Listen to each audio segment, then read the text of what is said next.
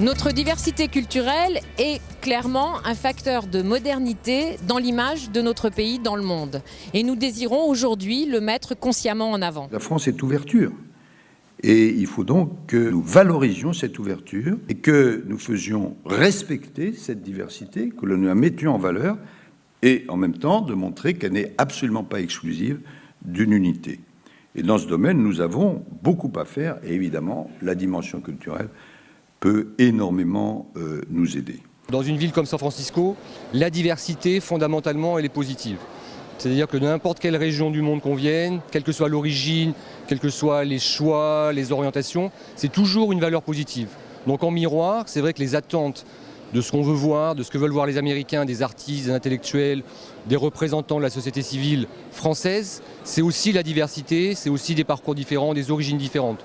Donc c'est une attente qui est très forte et qui est forcément positive pour nous. Les conseillers, les instituts, les alliances françaises parlent beaucoup de la diversité culturelle française. Nous allons même au-delà puisque il nous arrive de promouvoir des artistes qui ne sont pas français mais qui ont fait le choix de vivre en France et qui sont également porteurs de cette image de France. Donc c'est vraiment pour nous un travail au quotidien d'explication de ce qu'est la France dans toute sa diversité. C'est un atout du pays. C'est un atout au fond comme tout ce que nous avons ici aujourd'hui en France, et de se dire que cet atout-là, ça peut être un élément de promotion de la culture française, parce que le tourisme, et notamment les étrangers quand ils viennent en France, ils ont aussi envie de voir cela. Et ils le voyaient en fait quand ils venaient ici, ils ne nous entendaient pas parler dans leur pays, et je trouve ça assez formidable que nos ambassades, que nos diplomates et que tous les acteurs culturels qui représentent la France à l'étranger montrent cette envie et ce désir de promouvoir cette diversité culturelle à l'étranger. C'est un moment unique dans l'année de dialogue rapproché avec les agents, les 400 agents du réseau culturel, avec une alternance de séances plénières qui est un moment de réflexion sur la thématique et des moments de rencontres express, vous pouvez les apercevoir derrière moi, avec les collectivités territoriales, les partenaires de l'Institut français et, nouveauté de cette année, les experts sectoriels de l'Institut français. Nous avons mis en place des rencontres entre les salariés de l'Institut français et les agents du réseau culturel, des rencontres qui permettent de discuter individuellement des différents projets mis en place avec l'appui de l'Institut français dans le monde entier, dans les instituts français, dans les alliances françaises. Par exemple, des projets de promotion de la langue française.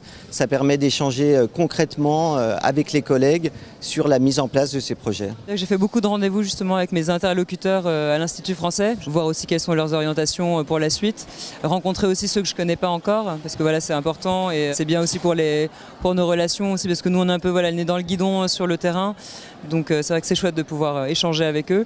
Et aussi des partenaires, et voilà, les collectivités territoriales avec lesquelles on travaille beaucoup aussi au Japon notamment, et nos partenaires type SACEM, voilà, qui sont aussi des partenaires précieux dans le cadre des montages de nos projets ici et là-bas.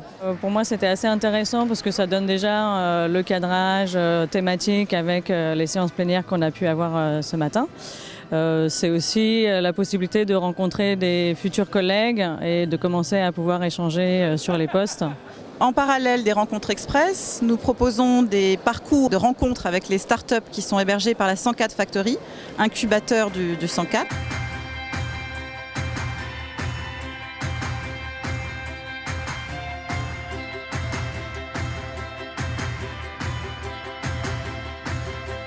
La table ronde était parcours pluriel, un atout pour la France dans le monde. C'est vrai que ces parcours sont très très riches et le fait que chacune d'entre elles ait pu raconter son histoire, son expérience, montre à quel point la France aujourd'hui c'est cela. Et c'est un atout évidemment de montrer la diversité des origines, des mélanges. Moi je crois à la richesse des mélanges. Et c'est une richesse pour tous ceux qui, à l'étranger, représentent la France dans le monde.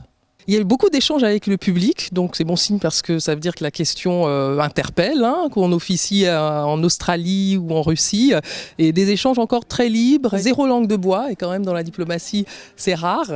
Et puis ensuite le constat selon lequel cette question de diversité dans le champ culturel doit s'exprimer différemment selon les pays où on officie, donc c'est du sur-mesure, de la dentelle, et il va falloir se mettre à tisser. Le débat était très nourri, et il est complexe d'ailleurs.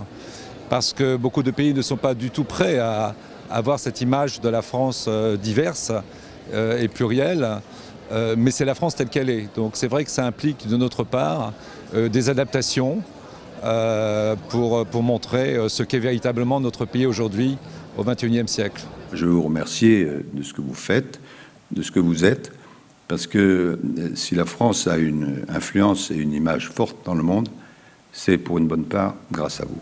Alors merci.